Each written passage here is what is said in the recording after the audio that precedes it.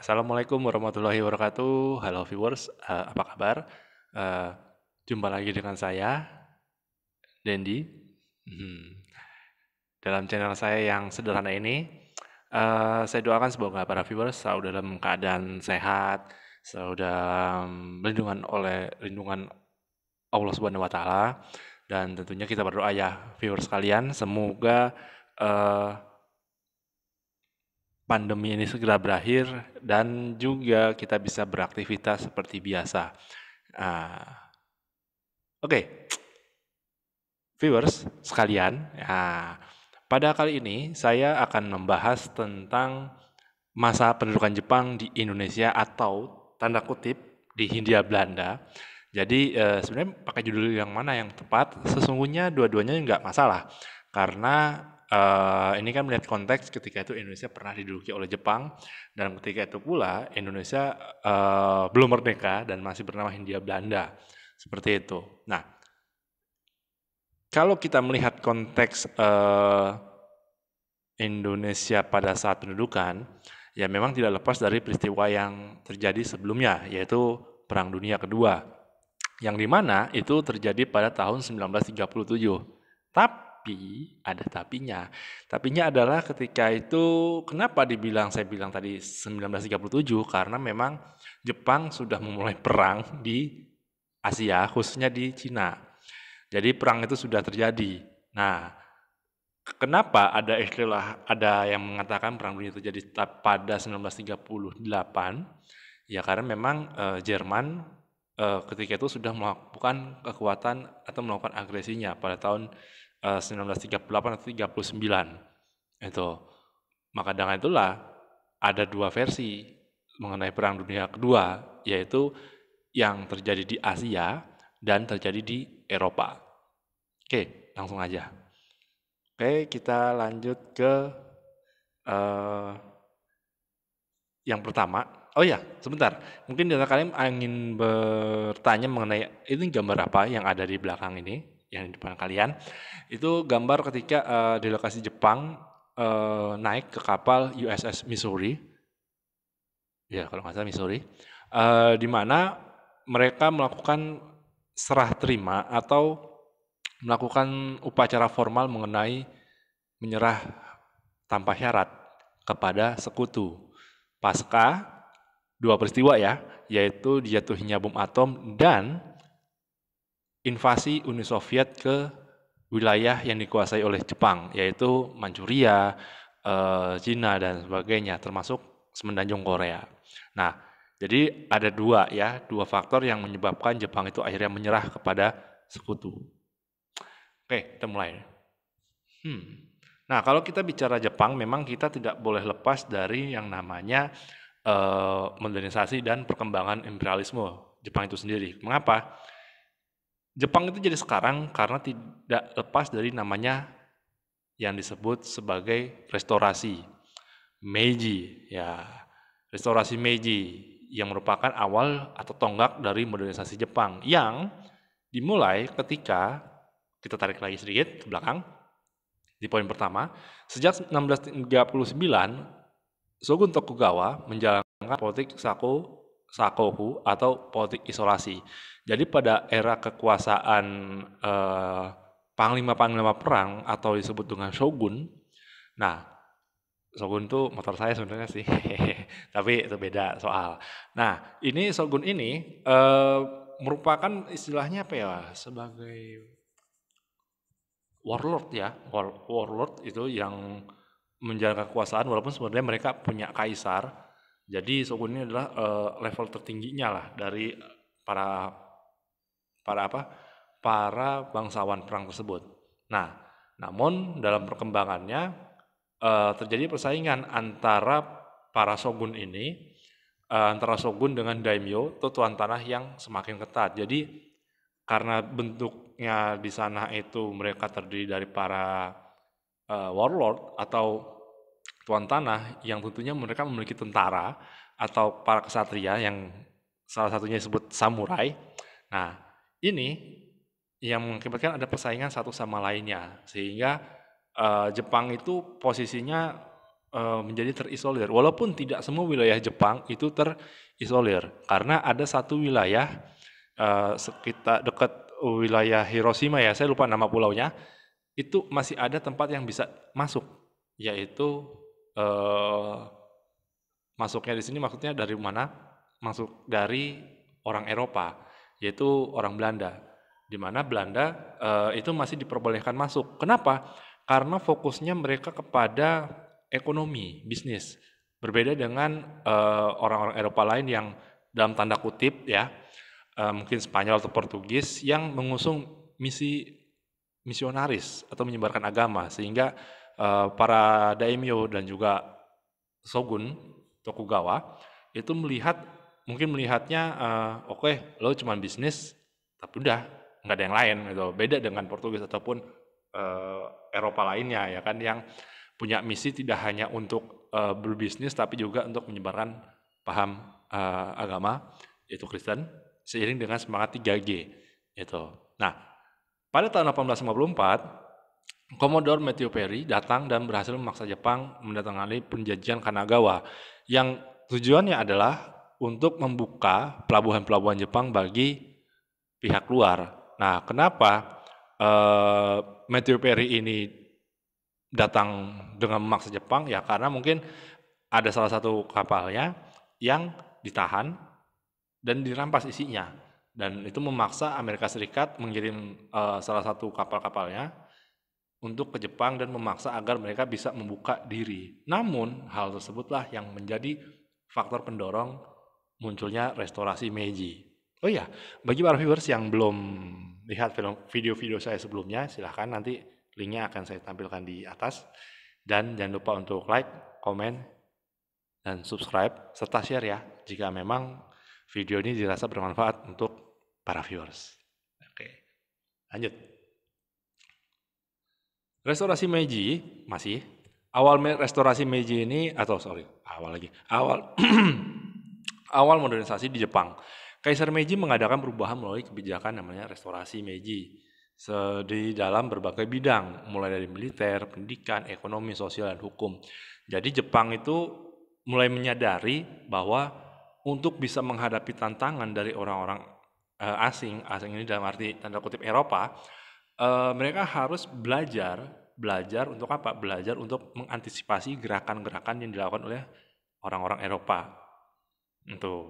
Jadi sebagai caranya adalah ya istilahnya dalam teori perang ya, belajar untuk mengenali musuhmu gitu.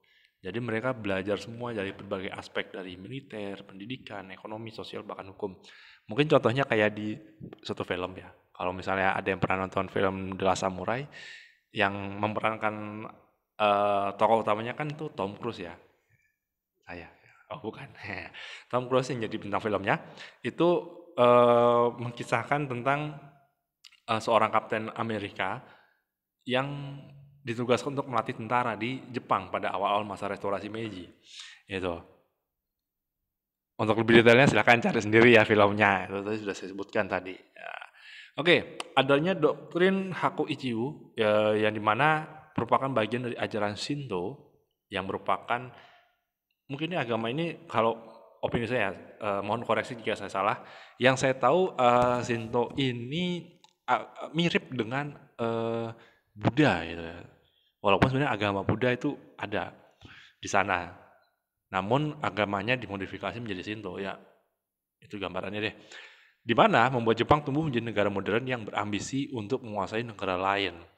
Karena apa? Dia ingin negara-negara wilayah-wilayah lain itu masuk dalam satu atap, yaitu Kekaisaran Jepang. Di mana kaisar itu kan dianggap sebagai manusia keturunan dewa. Ameritesu apa gitu. Saya lupa detailnya seperti apa. Pokoknya Ameritesu apa gitu. Itu dia keturunannya. Jadi semua harus hormat, tunduk sama kaisar. Dan Jepang muncul menjadi negara imperialis baru di dunia pada saat itu. Walaupun sistemnya mereka ada menganut sistem monarki konstitusi. Walaupun kaisar adalah penguasa tertinggi, tapi yang menjalankan pemerintahannya adalah Perdana Menteri. itu atau pejabat-pejabat sipil. Oke, kita lanjut ke bagian berikutnya. Oke, imperialisme Jepang.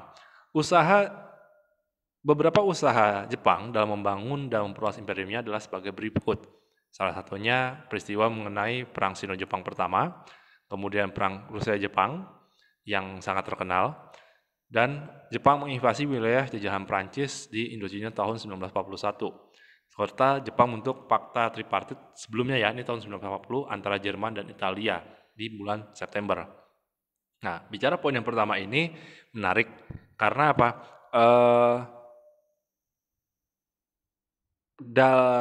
Mungkin viewers yang suka film silakan nanti cari film mengenai apa ya, Road to War, itu dari BBC atau apa gitu saya lupa. Kemudian Apokalips juga bisa jadi gambaran, atau cari dokumenter mengenai fase sejarah dunia periode pasca Perang Dunia I hingga menjelang Perang Dunia Kedua. Mungkin viewers bisa cari filmnya. Oke, Perang Sino-Jepang pertama. Ya, ini perang yang istilahnya apa ya, menjadi titik balik Cina yang ketika itu menjadi negara yang dianggap pesakitan karena kondisinya lemah. Seiring dengan apa? Seiring dengan tidak stabilnya Cina ketika itu yang dipimpin oleh seorang kaisar yang masih berusia balita. Ya, apa mau dikata, karena banyaknya korupsi dan sebagainya yang membuat Cina ketika itu kalah dalam Perang Sino-Jepang pertama, yang berujung pada perjanjian Shimonoseki kalau saya tidak salah ingat ya, seperti itu. Tapi kalau misalnya saya salah, silahkan terus kolom komentar ya. Oke, Perang Rusia-Jepang. Nah, ini adalah tantangan pertama Jepang menghadapi imperialisme Barat, khususnya Eropa, yaitu dia menghadapi kekaisaran Rusia, di mana Rusia yang ketika itu ingin menjalankan politik air hangat, salah satunya berupaya untuk apa? Untuk dapat menguasai memperebutkan pengaruh di daerah Asia Timur Jauh, atau yang salah satunya seperti Korea. Dan Jepang akhirnya juga merasa terancam dengan keberadaan Rusia di sana. Sehingga apa? Ya udah, terjadilah perang Rusia-Jepang yang dimenangkan oleh Jepang, dan itu hasilnya sangat mengejutkan, di mana Jepang itu menang, dan negara-negara yang menjadi mentor dari Jepang ini seperti Inggris, bahkan Amerika, Prancis cukup terkejut dengan perkembangan Jepang yang sangat pesat, terutama dalam bidang angkatan laut. Kemudian Jepang menginvasi wilayah jajahan Prancis, ini tidak lepas dari Perang Dunia Kedua di Eropa, di mana Jerman menginvasi Eropa Barat yang berujung pada kalahnya Prancis setelah Jerman melakukan operasi militer besar-besaran di sana. Dan tentunya karena koloni Prancis itu ada yang di Asia, maka tak pelak wilayah koloni tersebut juga dicaplok gitu loh. Terlebih setelah poin D. Jadi antara Jerman, Italia, Jepang ini melakukan kerjasama karena orang Jepang itu ternyata sangat mengagumi apa yang terjadi di Jerman gitu kan, di mana punya militer yang kuat, teknologi canggih dan sebagainya. Jadi terjadi kerjasama militer, baik itu intelijen ataupun perlengkapan senjata. Dan puncaknya adalah Pearl Harbor pada 7 Desember 1941, di mana pangkalan laut Amerika diserang. Ada yang menarik bicara Pearl Harbor. Mengapa? Karena di Pearl Harbor ini sesungguhnya Jepang ingin Amerika dikasih tahu dulu bahwa mereka menyatakan perang terhadap Amerika Serikat. Jadi sudah ada pengumuman. Cuman karena berhubung adanya perbedaan waktu antara Jepang dengan Amerika Serikat, maka ketika armada Yamamoto yang memimpin serangan ke Pearl Harbor itu sudah sampai, tapi surat itu belum sampai. Jadi ketika serangan sudah dilakukan 2 jam, pesan itu baru sampai ke tangan Amerika. Dan itulah yang membuat akhirnya apa? Amerika itu marah karena mereka menyerang sebuah negara yang dalam kondisi damai tanpa peringatan. Mungkin kalau istilahnya sekarang dikenal sebagai preemptive strike, serangan pendahuluan. Namun apa tujuannya Jepang menyerang Pearl Harbor? Satu, karena tantangan mereka untuk menguasai selatan adalah Amerika Serikat yang memiliki armada laut. Salah satunya itu. Jadi dengan cara mereka ingin melumpuhkan Amerika Serikat terlebih dahulu, setidaknya sampai Jepang menguasai wilayah tersebut. Jadi istilahnya Jepang ingin melakukan semacam perang kilat di Asia.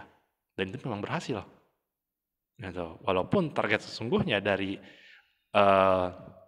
Jepang ini, yaitu kapal induk, itu tidak dicapai. Mengapa?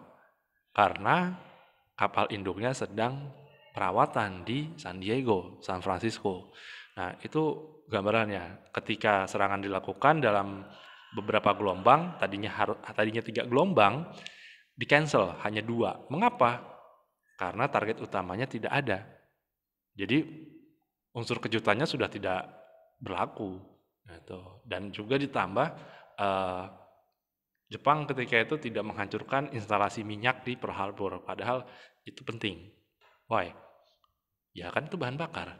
Kapal butuh bahan bakar kan? Otomatis kalau misalnya pusat depo bahan bakar di Pearl Harbor dihancurkan, paling tidak butuh setahun untuk memperbaikinya karena jarak antara mainland daratan utama dengan Pearl Harbor ini sangat jauh. Itu. Tapi alasannya kenapa Pak tidak dijatuhkan? Satu, kata pilot-pilot Jepang akan mengganggu pemandangan. Pemandangan pilot maksudnya untuk menyerang. Itu gambarannya. Nah, setelah ini Jepang akhirnya melaksanakan serangan ke wilayah selatan. Tadi mereka menguasai Indochinanya dulu. Indochinanya kan sudah dikuasai, atau sekarang sebagai Vietnam, Kamboja, Laos, itu sudah dikuasai oleh Jepang sebelumnya. Jadi sebagai batu pijakan atau batu loncatan ke wilayah berikutnya, yaitu koloni Inggris dan Hindia Belanda. Oke, dan juga ke Filipina. Jangan lupa, Filipina jangan sampai kelewatan. Oke, seperti itu. Nah, mungkin itu aja dulu sebagai pengantar saya, ya, pengantar saya untuk pendudukan Jepang di Indonesia. Karena videonya udah cukup panjang, jadi ini end of part 1, akhir dari part 1. Semoga video ini bermanfaat bagi para viewers sekalian. Jangan lupa untuk like, komen, dan subscribe ya channel saya, bantu saya untuk dapat mengembangkan channel ini lebih baik dari sebelumnya. Oke, terima kasih. Wassalamualaikum warahmatullahi wabarakatuh dan bye-bye. Dadah.